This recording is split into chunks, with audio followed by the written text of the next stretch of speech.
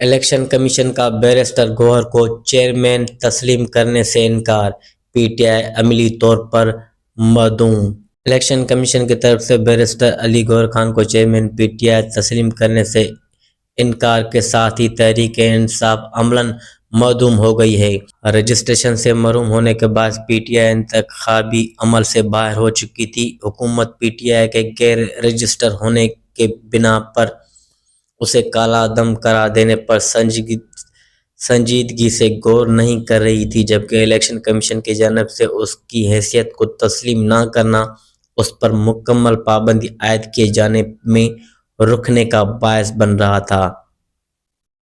حد درجہ قابل اعتماد سیاسی و پارلیمانری ذرائع سے بتایا ہے کہ آزاد حیثیت میں منتخب ارکان سینیٹ کی تحریک انصاف سے وابستگی کو دھتکار کر اب سے پارلیمنٹ کے ایوان بالا میں سب سے کم ترین جرم کا درجہ دیا۔ اسی دوران اڈیالہ جیل کے گرد حفاظتی انتظامات غیر معمولی طور پر سخت کر دیے گئے ہیں۔ اس مقصد کے لیے پولیس اہلکاروں کی قابل لحاظ تعداد کو آج پیر سے ہی متعین کر دیا گیا ہے، جس میں ضرورت کی صورت میں اضافہ بھی کیا جا سکتا ہے۔ متعلقہ حکام نے اپنے لائحہ عمل کے تحت ان اہلکاروں کی تعداد ظاہر کرنے سے گریز کیا۔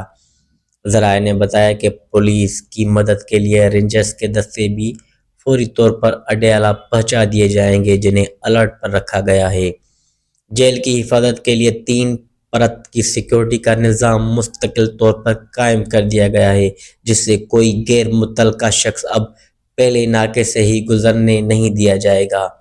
یہاں سے صرف وہی افراد جانے کو مجاز ہوں گے جن کی فہرست جیل انتظامیہ نے فراہم کر رکھی ہوگی۔ جیل کے داخلی ذرائع نے نیوز کو بتایا کہ تحریک انصاف کے بانی کو پہلے سے دستیاب سہولتیں بدستور برقرار رکھی جائیں گی، جبکہ اپنے معائنے کے لیے لاہور سے اپنے اسپتال سے ڈاکٹروں کی ٹیم بلوانے کے لیے ان کی درخواست کو تسلیم کیے جانے کا امکان نہیں ہے۔